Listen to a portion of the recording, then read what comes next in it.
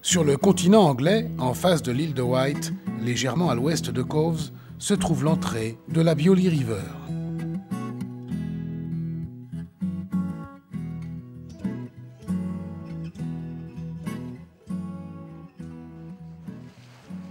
C'est depuis la bouée East Leppey que, faisant un cap aux environs du 344, nous allons approcher de cette rivière qui sait si bien se cacher. Rapidement, une forêt de perches barre le paysage qui ne laisse rien entrevoir de l'entrée. Il est impératif de bien suivre le premier alignement afin de se présenter correctement devant les premières perches. Une fois passée la première balise, il suffit de faire confiance au marquage et bien laisser les perches rouges à bâbord et les vertes à tribord.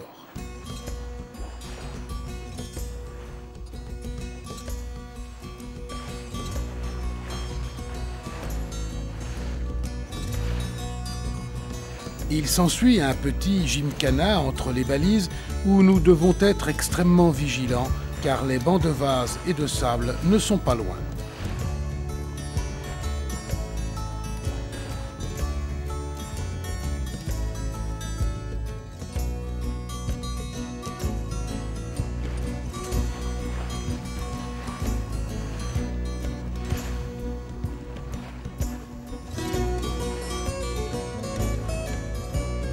Nous laissons à bâbord toute une série de hauts fonds et d'herbiers qui sont en général découverts au dernier quart de la marée.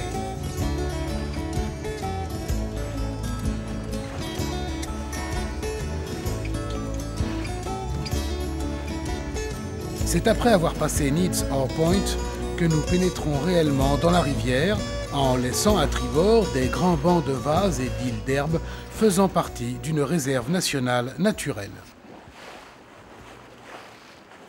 Nous pouvons observer ici une grande variété d'oiseaux de mer.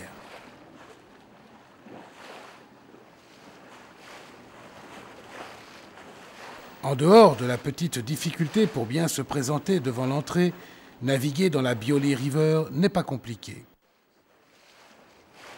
Il suffit de laisser de part et d'autre les mouillages qui jalonnent les méandres de la rivière.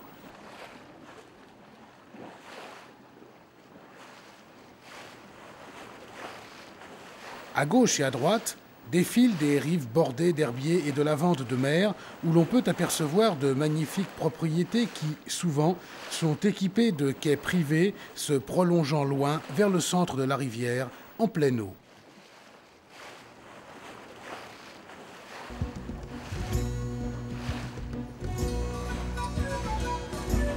Un peu plus de 2000 plus loin, et après quelques courbes, nous débouchons directement sur le site de Buckler's Hard.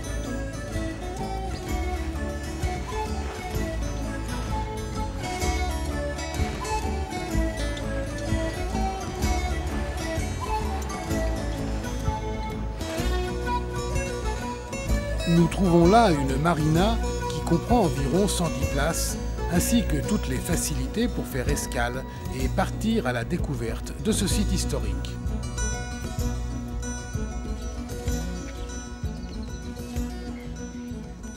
Buckler's Hard a été créé au début du XVIIIe siècle par le deuxième duc de Montagu, qui avait l'intention d'établir un port consacré au trafic du sucre entre l'Angleterre et les Indes de l'Ouest.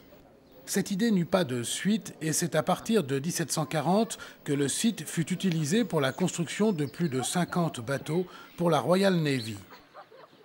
C'est donc ici que naquirent quelques-uns des navires de la flotte de l'amiral Nelson, dont dit-on son favori, l'Agamemnon.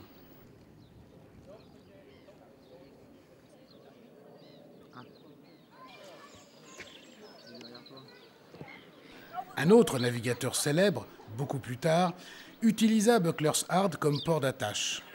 En effet, c'est ici qu'était mouillé le Gypsy Moss de Sir Francis Chichester.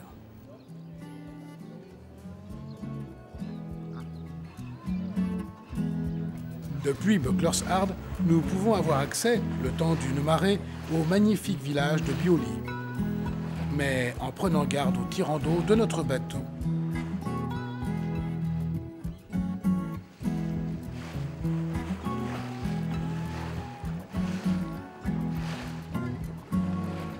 La côte anglaise, longeant le Solent, est formée de rivières accessibles à la navigation, où chaque endroit, chaque boucle, nous rappelle que nous sommes réellement dans le pays qui a inventé le yachting à voile.